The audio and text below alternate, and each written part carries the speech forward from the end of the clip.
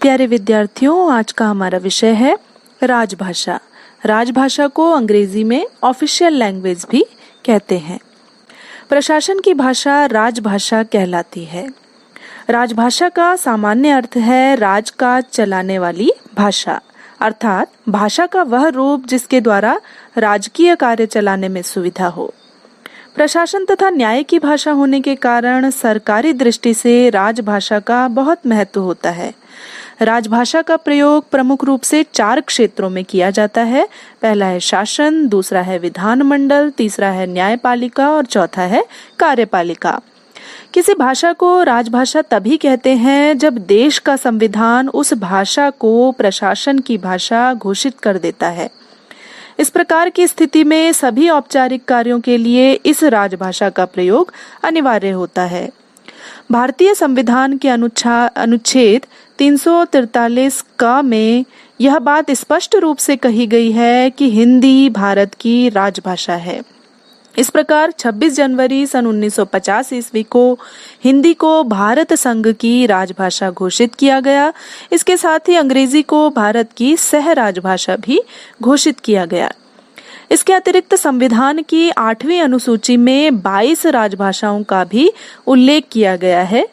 ये औपचारिक रूप से भारत के विभिन्न राज्यों की प्रशासनिक भाषाएं हैं। ये भाषाएं हैं असमी, पहली है जो कि असम में बोली जाती है, दूसरी है बंगाली जो कि बंगाल में बोली जाती है, तीसरी गुजराती जो कि गुजरात में प्रयोग की जाती है, चौथी है मराठी जो कि महाराष्ट्र में प्रयोग की जाती है, पांचवी है ओडिया जो कि उड़ीसा में प्रयोग की जाती है, छठवां है कश्मीरी जो कि जम्मू कश्मीर में प्रयोग की जाती है, सातवीं है पंजाबी जो कि पंजाब में प्रयुक्त होती है, आठवीं है मलयालम जो कि केरला में प्रयुक्त होती है, 9 नंबर पर है तेलुगु जो कि आंध्र प्रदेश में प्रयुक्त होती है, 10 नंबर पर तमिल जो कि तमिलनाडु में प्रयुक्त होती है, 11वीं है कन्नड़ जो कि कर्नाटका में प्रयुक्त होती है, 12वीं संस्कृत, 13वीं उर्दू और 14वीं सिंधी। ये 3 किसी एक विशेष प्रदेश की भाषाएं नहीं हैं।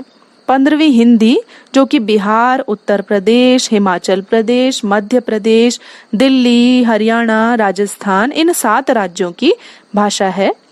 16वीं कोंकणी, 17वीं नेपाली, 18वीं मणिपुरी, 19 बोडो, 20 डोगरी, 21 मैथिली और 22वीं अंतिम संथाली। देश की राजभाषा के पद पर आसीन होने के साथ ही हिंदी को अभिव्यक्ति और प्रवृत्ति के अनेक दायित्वों का निर्वाह करना पड़ा और एक प्रयुक्ति के रूप में राजभाषा हिंदी विकसित होकर सामने आई।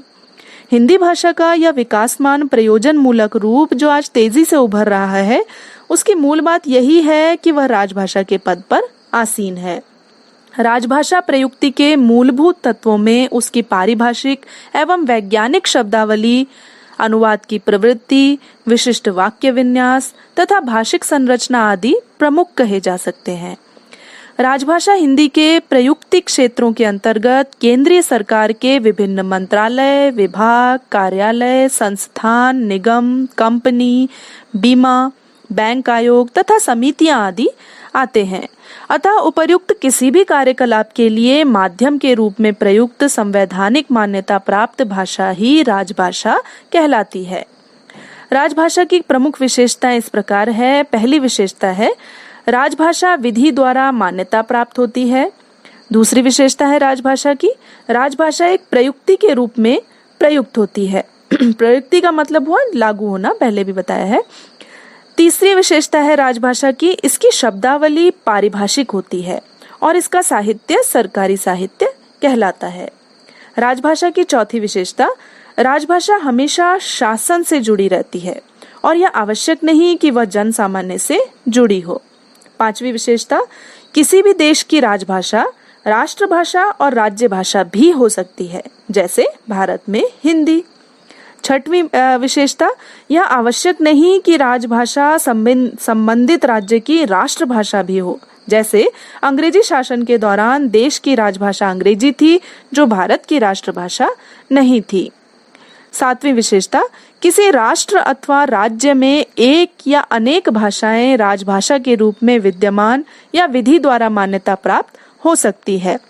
राजभाषा सरकारी कामकाज से जुड़ी है, इसलिए इसमें पद लालित्य, अलंकार, मुहावरे, कहावतों आदि का प्रयोग नहीं पाया जाता और न ही अपेक्षित होता है।